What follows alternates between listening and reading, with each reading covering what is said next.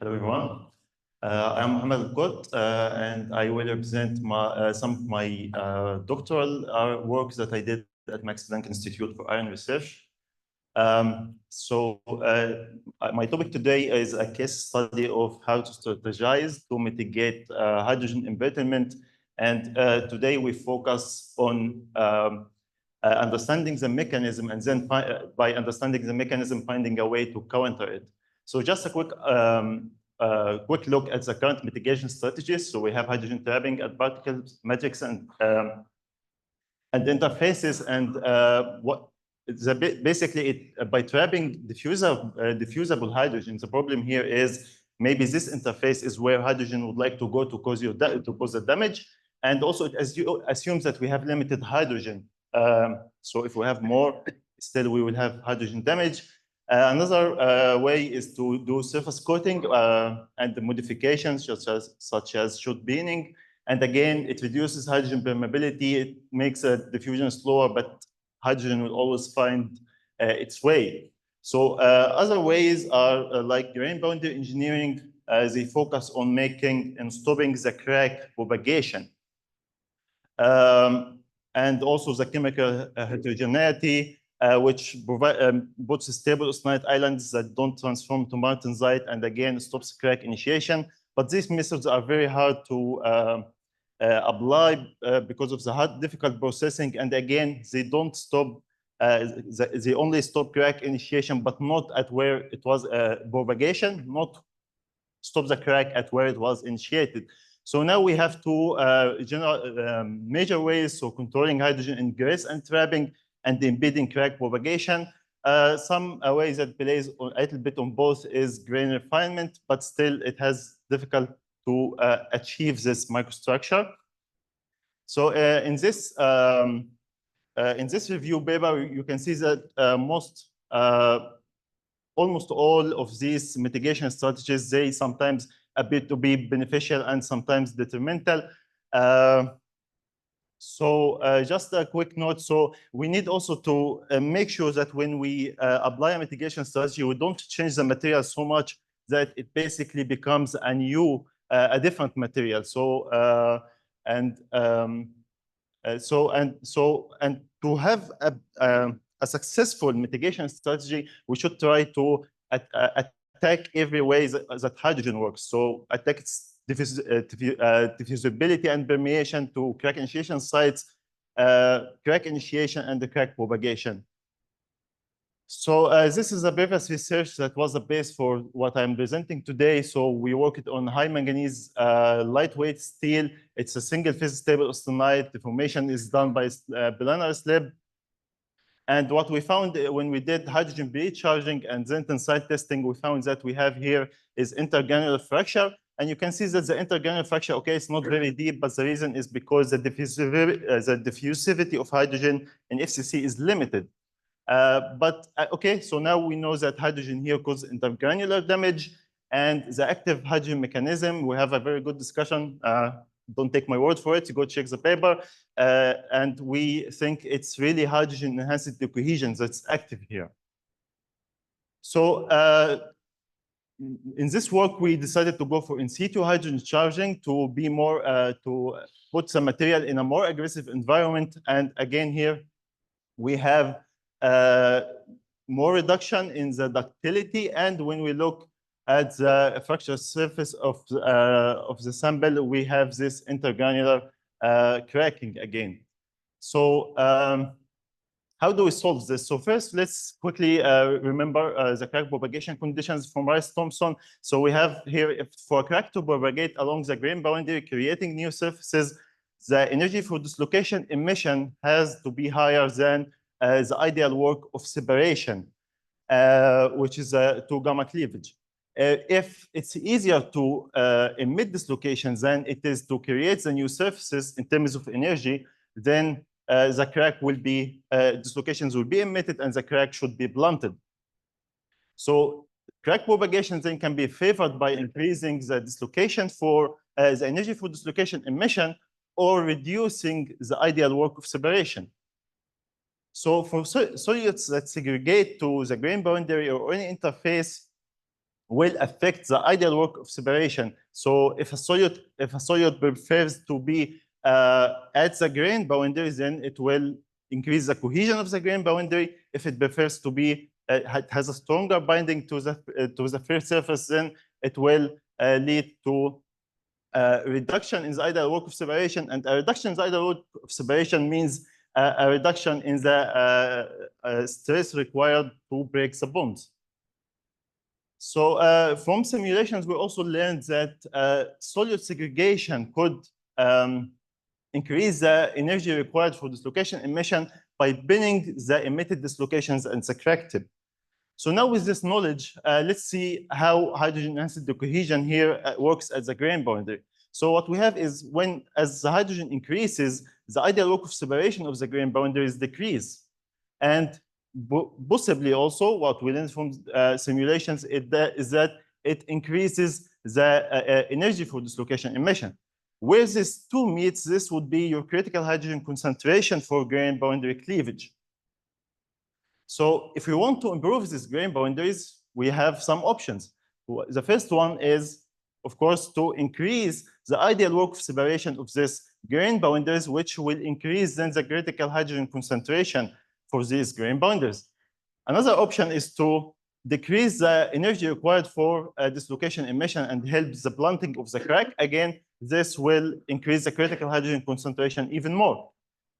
If we can, ideally, we would like to then also decrease the maximum hydrogen concentration at this interface, which will then, if we can successfully decrease it to be below the critical hydrogen concentration, then we should have no cracking or no crack propagation.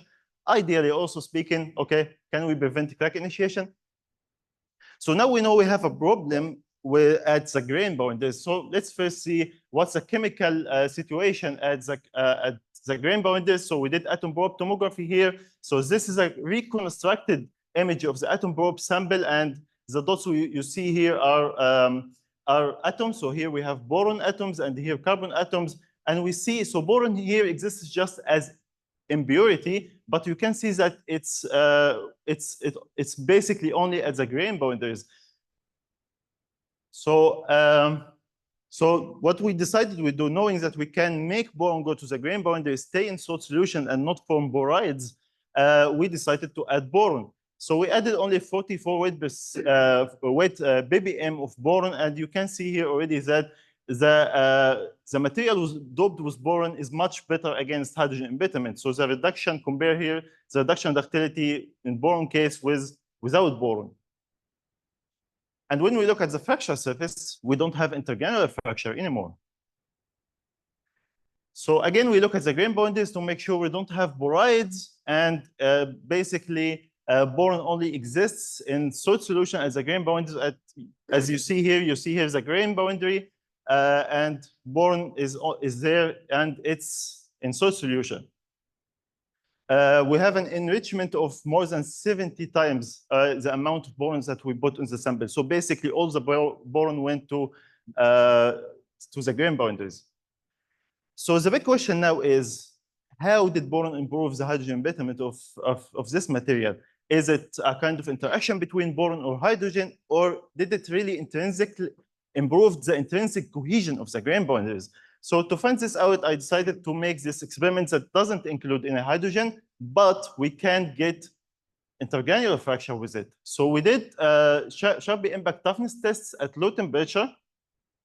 And we see here that we have a ductile to brittle transition temperature. When we look at samples from the lower shelf here, you can see a very nice intergranular fracture. So, okay, now we have intergranular fracture without hydrogen. What happens now in the boron case, the ductile to brittle transition is shifted around 100 degrees to lower temperatures. And when we look at the fracture surface, again, in the lower shelf, so we see that, okay, we still have some intergranular cracking, but we also have transgranular cracking, and we have twin boundaries. So, of course, we did cross-section investigation of the cracks to make sure that this is really what we have. And you can see here, okay, not many cracks, but you can see that in the case of boron, we really have not only grain boundary cracking, but also sigma-3 twin boundaries cracking and transgranular cracking. Okay, how did this happen? Remember, no hydrogen involved here. So what happens is, as the temperature gets lower, the energy for dislocation emission becomes higher.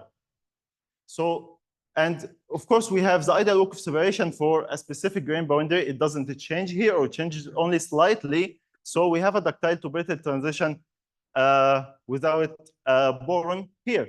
Okay, so what happens now in the case of boron? I made it a little bit to the left because I know that the yield stress strength for the boron material is slightly lower. But the main change is the grain boundaries are now much more cohesive, much more stronger. And that's why the ductile to brittle transition is shifted to lower temperatures.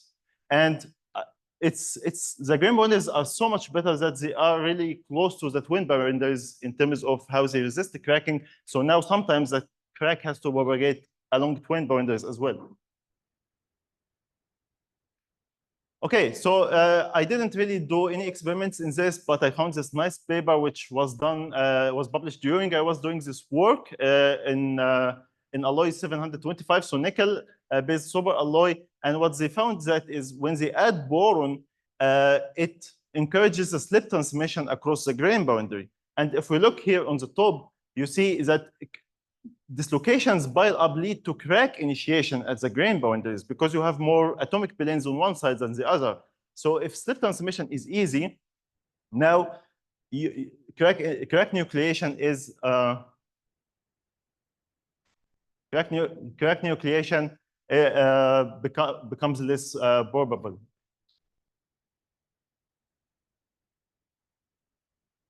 Okay, what about a possible interaction between boron and hydrogen? So from DFT calculations, we know that there's a repulsive interaction between 3 minutes. That's good. Between boron and the hydrogen. So, okay, so we need to check, okay, does it affect diffusivity? It's possible, of course, that it affects diffusivity, but however, this can't be only what we have here, because if it's only about diffusivity, we are doing in situ charging, and anyway, the crack should be initiated at the surface. And also, if it's about diffusivity, the crack might be delayed, but it will not be there completely. And so also we did TDS, and we see that the boron-doped material really has lower hydrogen content, but again, it still has, it's quite high. Again, there's a possibility, okay, that boron reduces the solubility of hydrogen at the grain boundaries. But again, if this is true, then no matter how much we increase the hydrogen content that we charge, then there should always be no intergranular cracking. So I did something a little bit crazy. So I increased the charging current to 1,000 ampere per meter square, which is 50 times higher than what I usually have, which is still high. And okay, in this case, now I had intergranular cracking in the case of boron. But if you look at the boron-free material, it already starts to degrade before even the yield is achieved. So I'd rather have some questions, so I will skip this and I will go to my conclusion slide. And thank you for your attention, and I would like to have some questions.